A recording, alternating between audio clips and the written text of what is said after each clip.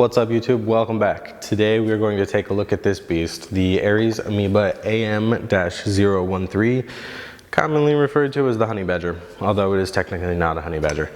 I am really excited about this gun. When I first saw it, I immediately was drawn to its looks. It's a very cool looking gun. For me, the real big factor is the performance, and I can tell you from fielding this gun several times now that this thing totally lives up to it. First of all, I will say that the upper and lower receiver are made from a polymer material.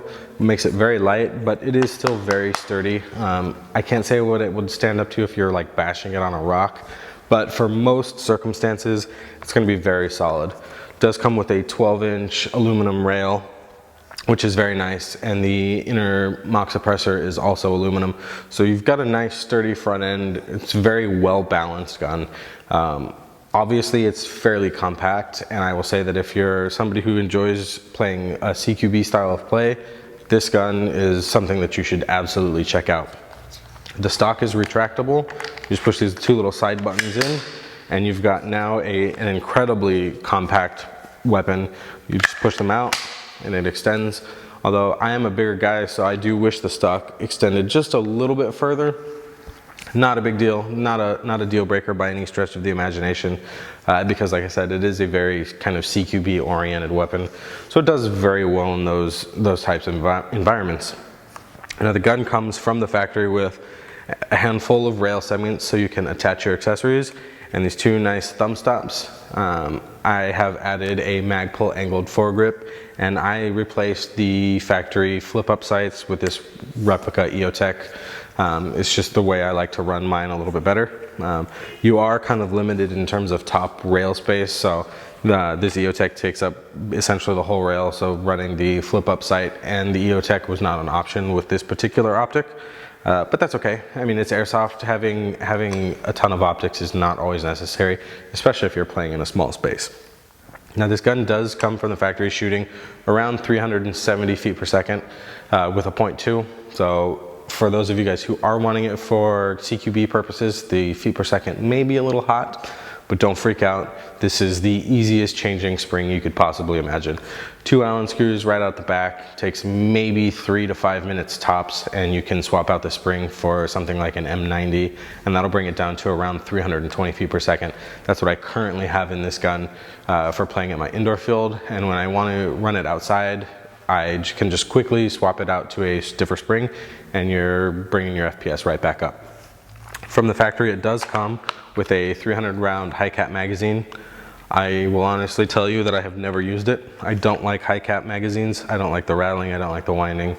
So when I play with this gun, I tend to run it with the evike.com BAMF mags. It's 190 round mid cap, and they feed really great in this gun.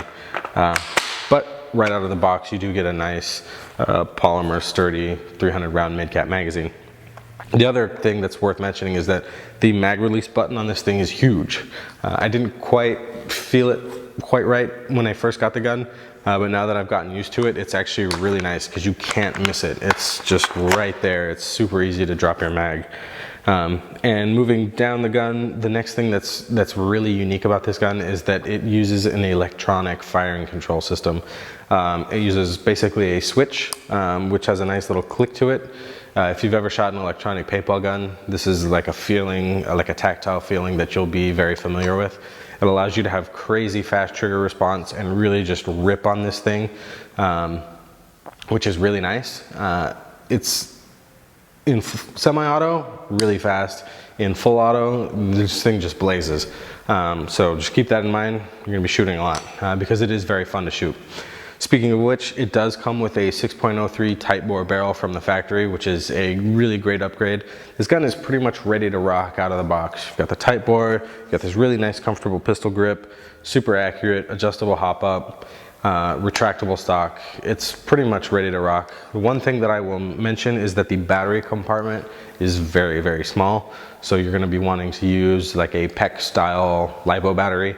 I run it with a 1500 milliamp 7.4 LiPo that fits right in here, and it shoots great. I do have, like I said, added the mag pull angled foregrip, the Bravo style Surefire style light with the pressure pad and the EOTech all together. That makes a really great CQB package.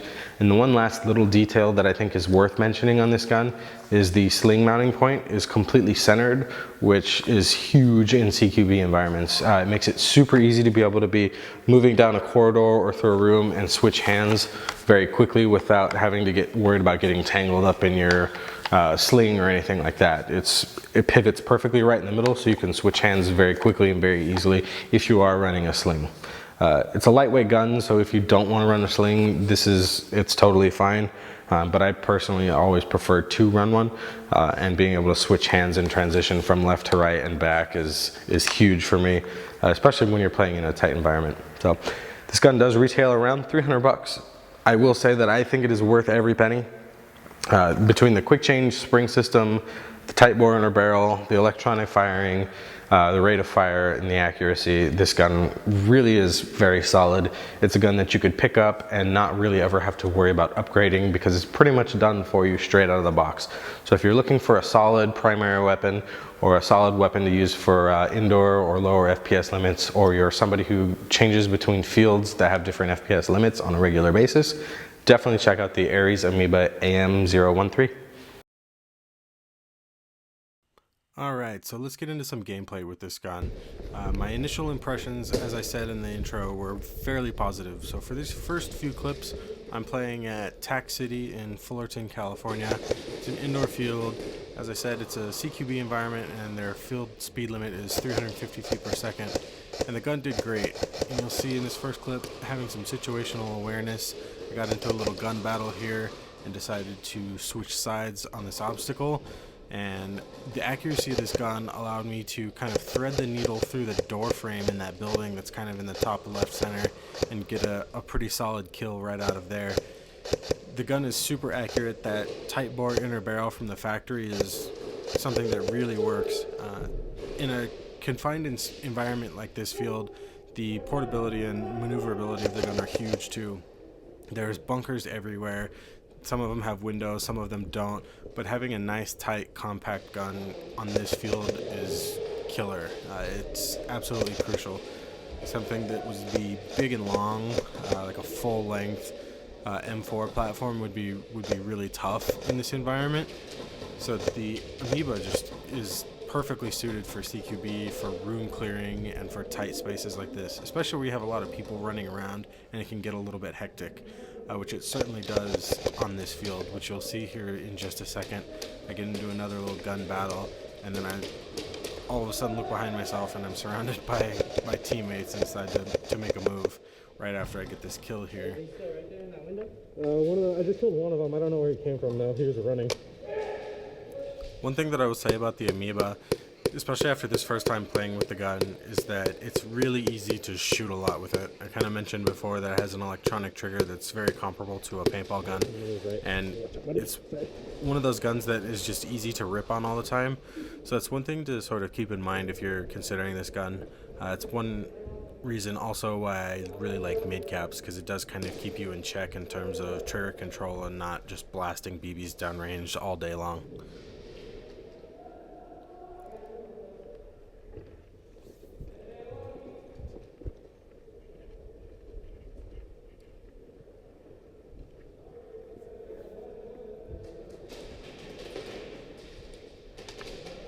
Another situational awareness thing, hearing some shots coming to my left.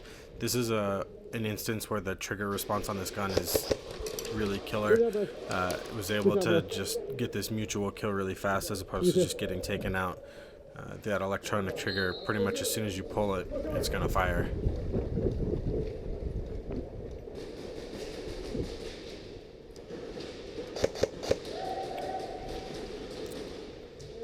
I actually shot that guy in the throat and I felt really bad about it. He was a good sport about it, but nobody likes inflicting pain upon people intentionally, unless you're kind of sadistic. But like I said, he was a good sport about it.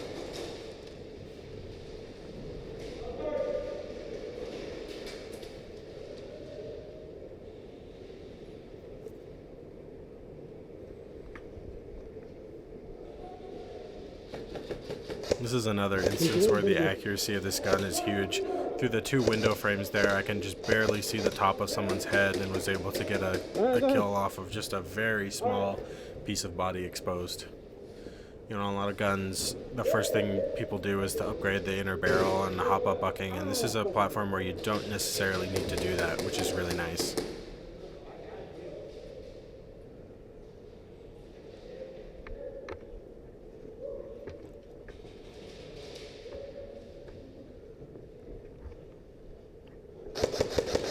And again, quick reaction times and trigger response are huge. These next few clips are from Hollywood Sports Park in Southern California also. And not only was this my first time playing at HSP, it was also my first time ever playing at night, which is kind of funny. But because of that, I definitely recommend getting a flashlight of some sort. I run mine, as I said in the intro, off of a pressure pad. And even though I don't think I used it at all this night, it's really nice luxury to have. And it's really nice of Aries to give you some rail segments from the factory. That way you can mount things like your flashlight or foregrip cameras, other things like that. I love these fields. I just wish they were not covered in gross, slimy, old paintball stuff. And that's nothing against paintball, because I mentioned before that I grew up playing paintball, but airsoft is kind of a different experience for me, and I wish it was, I wish these fields were cleaner.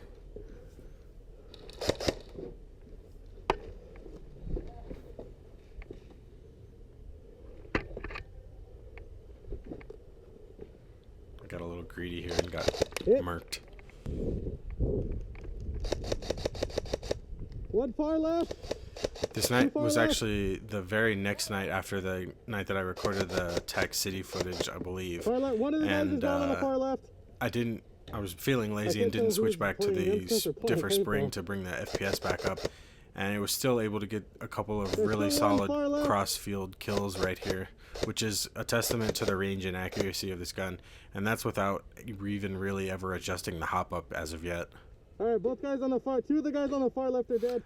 All in all, the Aries Amoeba AM-013 is a really solid platform. If you're looking for a good gun that is just going to be ready to rock right out of the box and not really need any upgrades and be very versatile, I definitely recommend checking it out. Hit.